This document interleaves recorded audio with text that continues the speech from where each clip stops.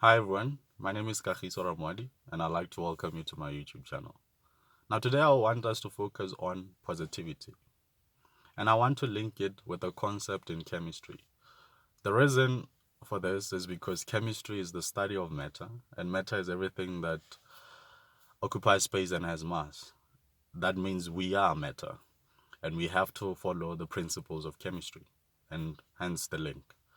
Now, polarization is mainly about influence. So if you have negative charges that are more than the positive charges, they will influence the charge on the positive charge in a way that they will try to change the positivity, the charge that the positive charge already have, to slightly turn them negative.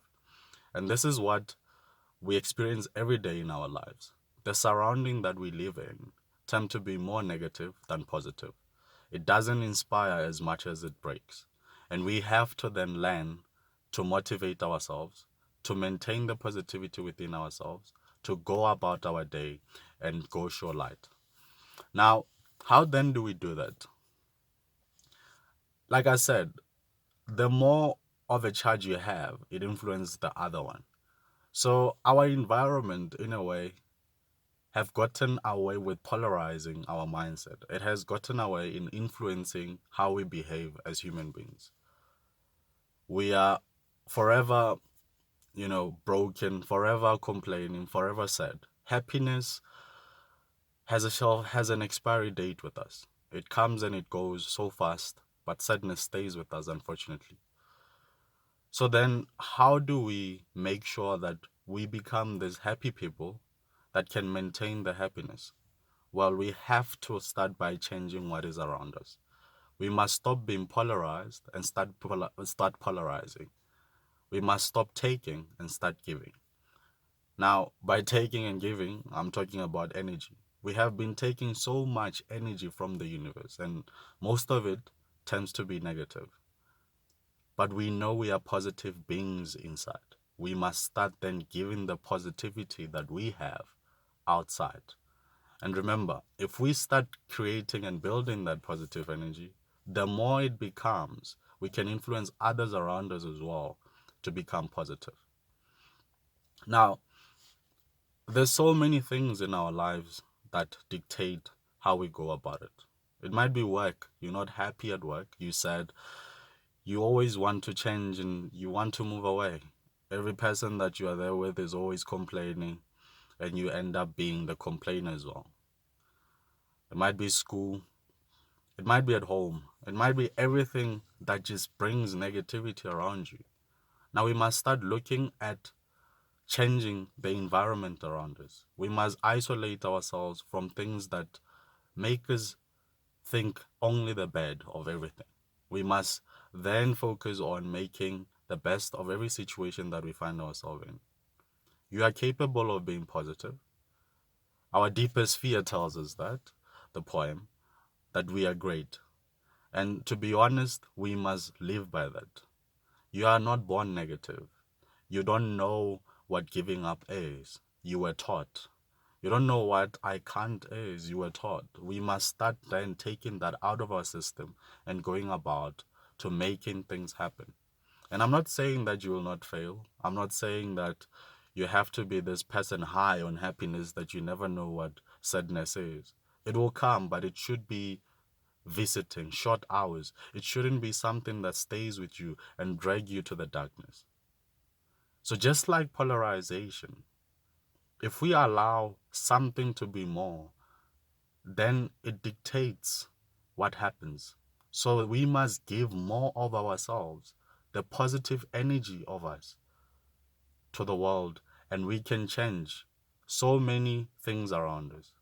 If people are already always complaining, you're having five, four people around you who always complain, and there's only one of you that is sort of positive.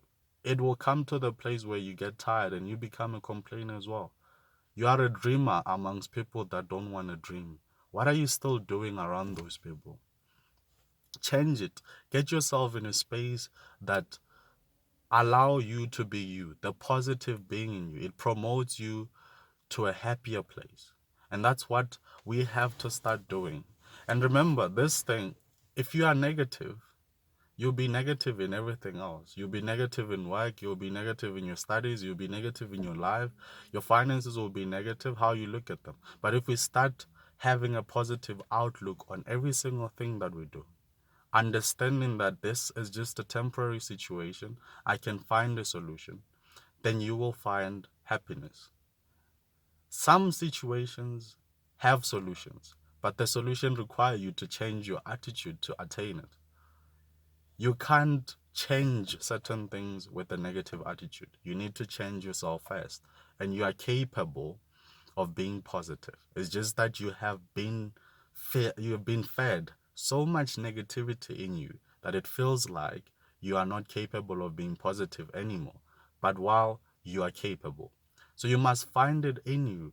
The things that make you happy, the things that make you want to get out of bed and get your next goal achieved, the things that push you to do the best that you can do. Those are the things that are highly recommended for your diet. Just like any dietitian, when they recommend a diet plan, and they tell you to stick to it because it will give you the desired result, you have to find what works for you, what drives you, what is the thing that ignites the best for you, and then stick to that. That is something that you must indulge in so that you keep being a very positive, you keep rising above every single situation, be it financial, be it stress, whatever it is, find what gets you going.